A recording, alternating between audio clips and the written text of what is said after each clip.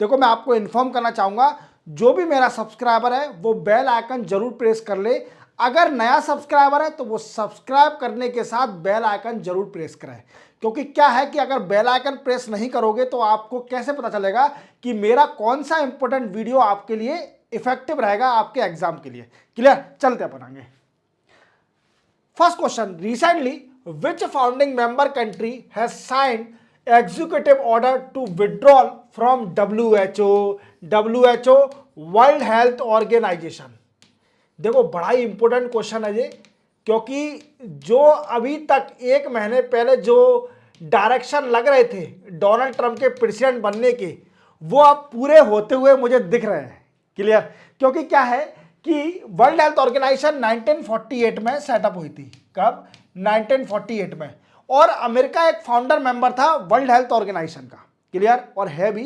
अब विड्रॉल हो जाएगा कुछ समय बाद, क्योंकि डिसीजन ले लिया है, साइन भी कर दिया एग्जीक्यूटिव ऑर्डर डोनाल्ड ट्रंप साहब ने। अब थोड़ा हम जान लेते हैं डोनाल्ड ट्रंप साहब के बारे में। ये 47th यूएसए प्रेसिडेंट बन गए हैं। यूएसए 47th यूएसए प्रेसिडेंट, और 20 जनवरी को इन्होंने ओथ ले लिया और ये यूएसए के प्रेसिडेंट बन गए। अब क्वेश्चन ये भी आ सकता है कि हमारे इंडिया से इनके ओथ सेरेमनी में कौन गया?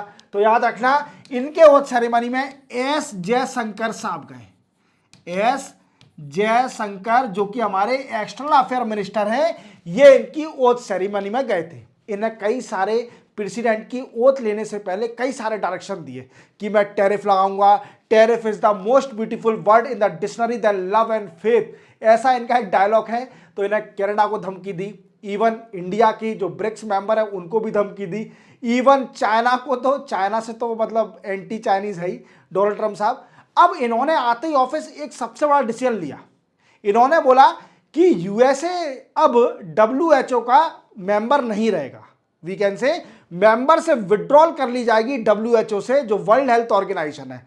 अब इसका क्या रीजन है, क्यों ये विड्रॉल कर रहे हैं मेंबरशिप? तो इन्होंने 3 कारण दिए, 3 रीजन दिए हैं। सबसे पहला रीजन दिया है, we can say mishandling of corona virus.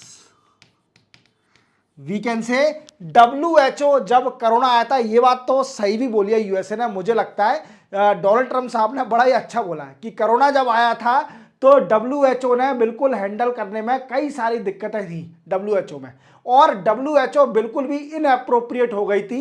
कुछ भी कोरोना की फैसिलिटी नहीं थी हैंडल करने की। WHO का मुझे ज़्यादा काम नहीं दिख रहा था, और जो इंडिविजुअल कंट्री हैं वही अपनी अपनी कंट्रियों में काम कर रही थी, जैसे इंडिया, जैसे अलग यूएसए और इटली मिटली, कई सारी कंट्री अपनी अपना इंडिविजुअल काम कर रही थी। पर WHO का कोई भी मुझे ऐसा काम, कोई बोल्ड डिसीजन नहीं दिखा जिससे कोरोना को कंट्रोल करा जाए। तो पहला रीजन दिया कि मिस हैंडलिंग ऑफ द कोविड-19 और द कोरोना वायरस। क्लियर, इसलिए WHO से हम विड्रॉल कर रहे हैं। दूसरा रीजन क्या दिया? दूसरा रीजन दिया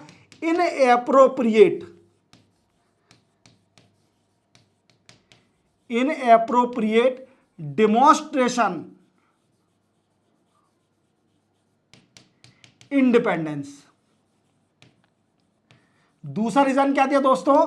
दूसरा रीजन दिया कि WHO, जो WHO है वर्ल्ड हेल्थ ऑर्गेनाइजेशन, ये इंडिपेंडेंट डिसीजन लेने में बिल्कुल भी कैपेबल नहीं है। ये क्या है, कंट्री, कई सारी कंट्री जो इन्फ्लुएंस करती है इसके ऊपर, ऐसा ये डिसीजन ले लेती है। तो दूसरा रीजन ये दिया, क्या दिया कि in appropriation demonstration of independent of the WHO world health Organization. और तीसरा रीजन जो यूएसए से रिलेट करता है, थर्ड रीजन मैं आपको बताता हूं कि unfair demanding of fund from USA.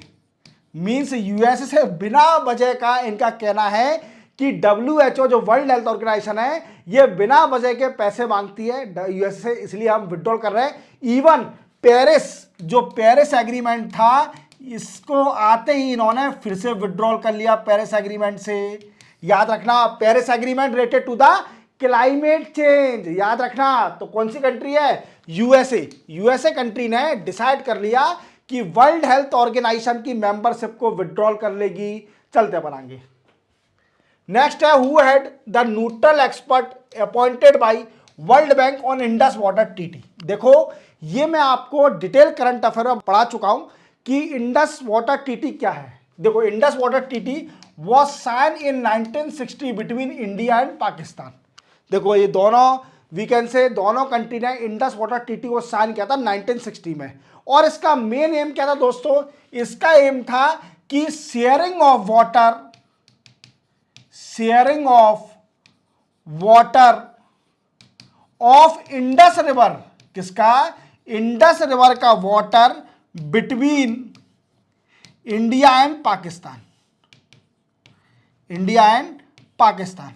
अब क्वेश्चन आपके मन में डाउट आ रहा होगा, क्वेश्चन आ रहा होगा कि सर ये बताइए जब ये टीटी साइन कर लिया है इंडिया पाकिस्तान ने और इवन अब वर्ल्ड बैंक इंटरफेयर क्यों कर रही है। देखो इंडिया ने क्या किया था, अभी 2 हाइड्रो इलेक्ट्रिक पावर प्लांट बना लिए हैं, 2 हाइड्रो इलेक्ट्रिसिटी पावर प्लांट बना लिए हैं। देखो अगर स्पीड स्लो लग रही है तो थोड़ा बढ़ा लेना, hydro electricity power plant. Clear. देखो कौन से, पहला है किशन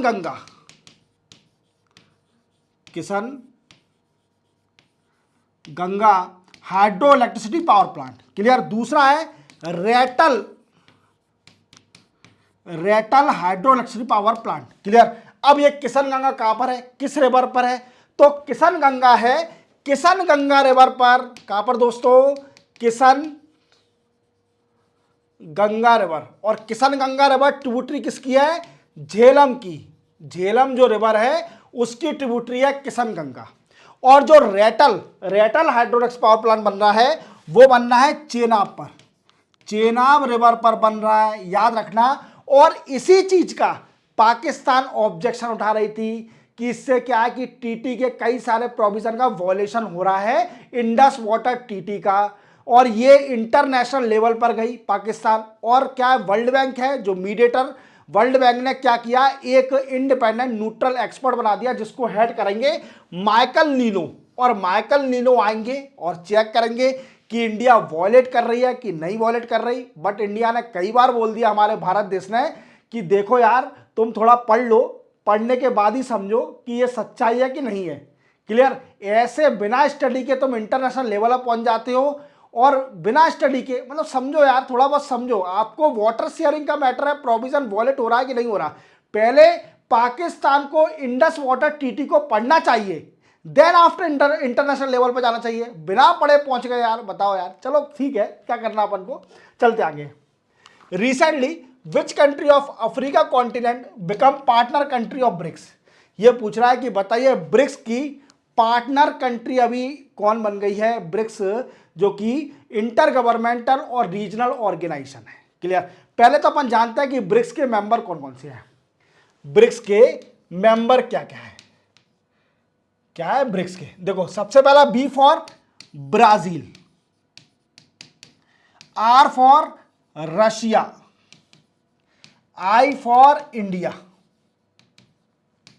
सी for China, S for South Africa. बस नहीं, इजिप्ट, इजिप्ट भी मेंबर बन गई है, इथोपिया,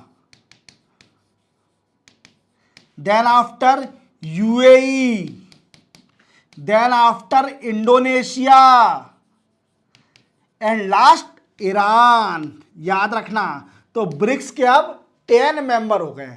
बट क्वेश्चन यहाँ ये नहीं है सर ये तो परमानेंट मेंबर है, हमें जानना है कि पार्टनर मेंबर कौन बना है अभी लेटेस्ट। तो देखो आप देख पा रहे होंगे ये नाइजीरिया के कैसे देख रहे हैं। क्लियर। नाइजीरिया कंट्री बनी है पार्टनर कंट्री ब्रिक्स की। अब क्वेश्चन ये भी बनता है कि सर पार्टनर कंट्री कितनी है ब्रिक्स के अंदर, ये भी क्वेश्चन तो आता होगा। तो देखो ये भी बता देता हूं आपको कि पार्टनर कंट्री ब्रिक्स की कितनी है। पार्टनर कंट्री है 9। कितनी है, 9 है पार्टनर कंट्री। कौन कौन सी, देखो सबसे पहली है बेलारूस, दूसरी है बोलीविया। क्लियर। तीसरी है we can say Cuba, fourth है नाइजेरिया, अब नाइजेरिया बन गई है लेटेस्ट, क्लियर, तो इसलिए नेक्स्ट है Kazakhstan, next Uzbekistan, then after Malaysia, then after Malaysia के बाद है थाईलैंड, और देन आफ्टर उगांडा। याद रखना ये 9 बन गई है we can say partner country of BRICS के बारे में। अब देखो आपको डिटेल में जानना भी है। अब आप सोच रहे होंगे कि सर डिटेल में पढ़ा दो, तो ये एमसीक्यू का क्वेश्चन है, इसको डिटेल में नहीं पढ़ाऊंगा। अगर हाँ डिटेल में जानना है तो आपको मेरा यूट्यूब चैनल खोल लीजिए, वहां पर आपको एक प्लेलिस्ट का ऑप्शन मिलेगा। प्लेलिस्ट के ऑप्शन में एक एडिटोरियल नाम से एक फोल्डर है, जिसके अंदर मैंने आपको एक इंडिविजुअल वीडियो बना के रखा है रिलेटेड टू ब्रिक्स, और ब्रिक्स की जो लेटेस्ट मीटिंग हुई थी कजान रशिया के अंदर, इवन वो भी क्लियर किया कि ब्रिक्स कंट्री, जो ब्रिक्स इंटर गवर्नमेंट ऑर्गेनाइजेशन है, ये कब बनी थी और इसमें कितने मेंबर हैं। हालांकि इंडोनेशिया बाद में बनी है, वीडियो बनाने के बाद में, क्लियर, तो इंडोनेशिया मैंने मेंशन नहीं करी है, देख लेना, और क्लियर। और एक अर्जेंटीना ने भी अप्लाई किया था पर उसने फिर मना कर दी कि हम नहीं बनाएंगे मेंबर। सऊदी अरेबिया ने अभी डिसाइड नहीं किया है, सऊदी अरेबिया कह रही है कि हम बाद में डिसाइड करेंगे, थोड़ा हम सोचने दो, हमें टाइम दो, क्लियर, तो ऐसी कहानी है। तो अभी नाइजीरिया बन गई है पार्टनर कंट्री। चलते अपन आगे। Who has been appointed ICSI president, institute of company secretary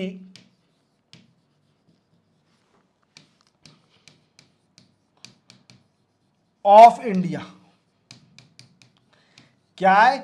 institute of company secretary of India, इसके प्रेसिडेंट बन गए हैं, और इसके प्रेसिडेंट बने हैं धनंजय शुक्ला जी। कौन बने हैं? धनंजय शुक्ला जी ICSI के प्रेसिडेंट बन गए हैं, क्लियर, याद रखना। और अपनी इंस्टीट्यूट का नाम क्या है? IICS, clear. तो कुछ सिमिलर हो रहा है क्या? नहीं हो रहा, क्लियर। ICSI और IICS वो छोड़ो। अब ये क्या है? ये एक स्टैट्यूटरी बॉडी है। ये क्या है? स्टैट्यूटरी बॉडी है। इसका काम क्या है सर? इसका काम है regulation and development of company secretary in India. और इसके वाइस प्रेसिडेंट भी बन गए हैं। कोई वाइस प्रेसिडेंट पवन नाम से है, देख लेना पूरा नाम, एग्जैक्ट मुझे याद नहीं आ रहा है, पवन नाम ही है, क्लियर, स्टार्टिंग तो पवन ही है, क्लियर। तो पवन वाइस प्रेसिडेंट बने हैं और ये बने हैं धनंजय शुक्ला जी प्रेसिडेंट, याद रखना। चलते हैं।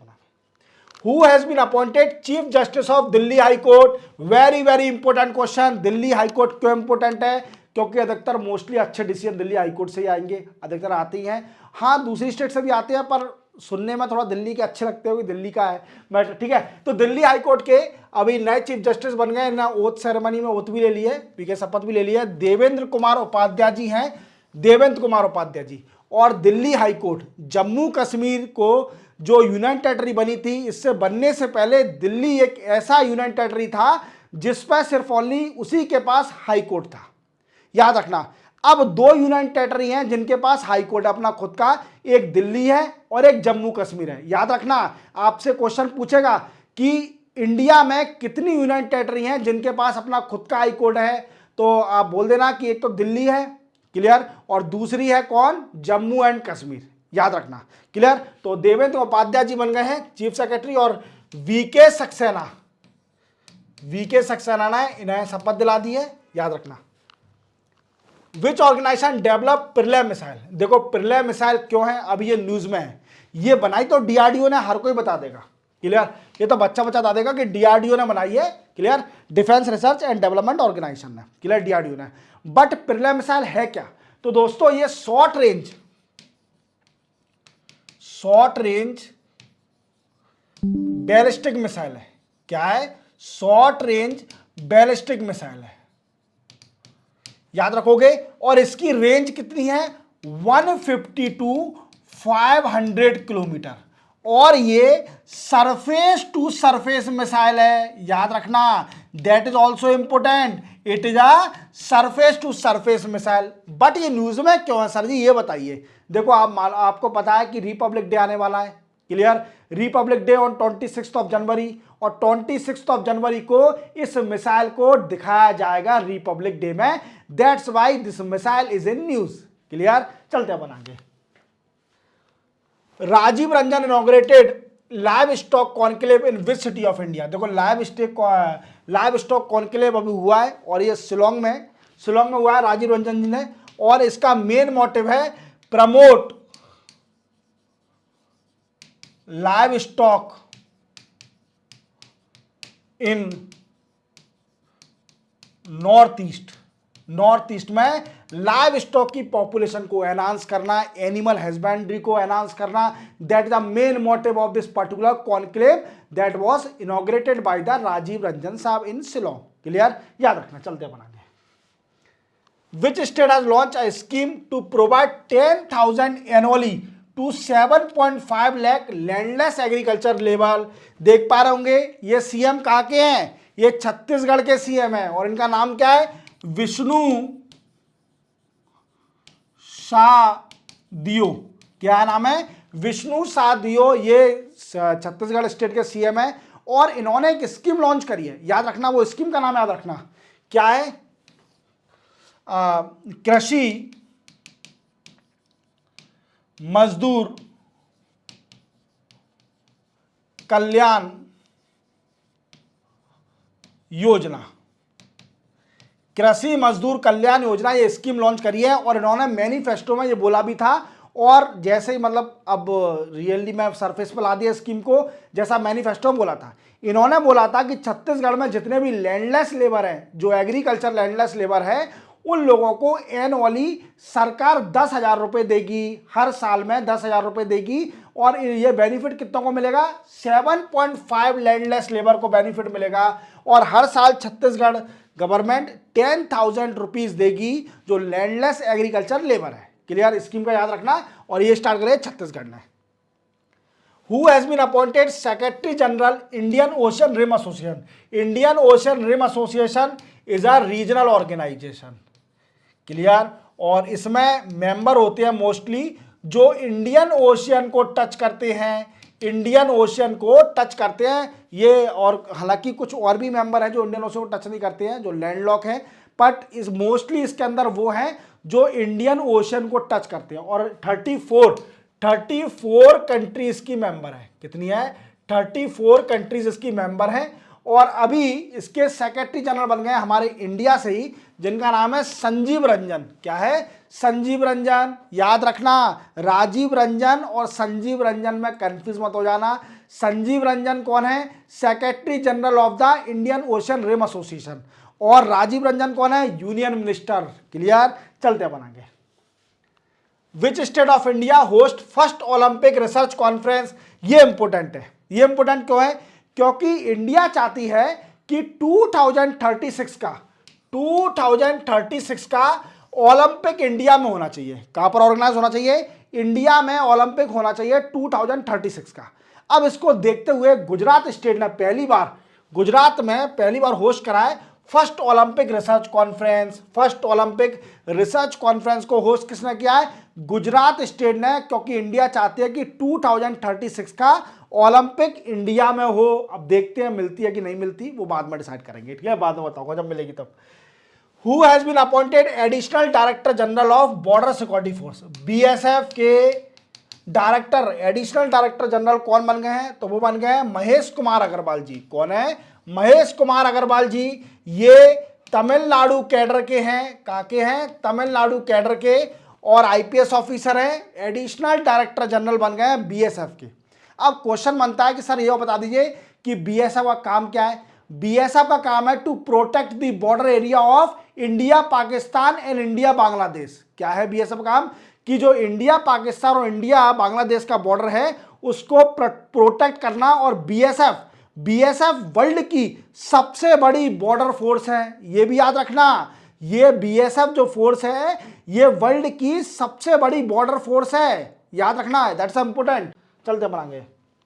विच day is observe as Parakram Diwas. देखो पराक्रम दिवस देख पा रहे होंगे हम, ये सुभाष चंद्र बोस है, नेताजी सुभाष चंद्र बोस, सुभाष चंद्र बोस की जयंती एनिवर्सरी, बर्थ एनिवर्सरी पड़ती है 23 जनवरी, और इसी को एनिवर्सरी को हम एज अ पराक्रम दिवस की तरह मनाते हैं, पराक्रम दिवस। बट क्वेश्चन बनता है कि इनका जन्म कब हुआ, तो इनका जन्म हुआ 23 जनवरी 1897, 23 जनवरी सुभाष चंद्र बोस जी का जन्म हुआ 23 जनवरी 1897 में। और कहाँ पर इनका जन्म हुआ, कुटक उड़ीसा में। कहाँ पर, कुटक उड़ीसा में। और जानते ही हो सुभाष चंद्र बोस जी कितने बड़े फ्रीडम फाइटर थे।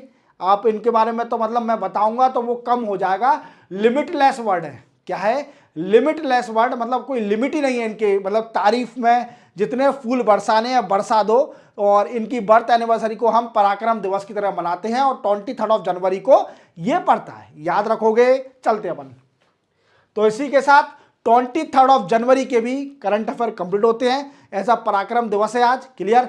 तो हम मिलेंगे कल नए करंट अफेयर एमसीक्यू के साथ, तब तक के लिए जय हिंद।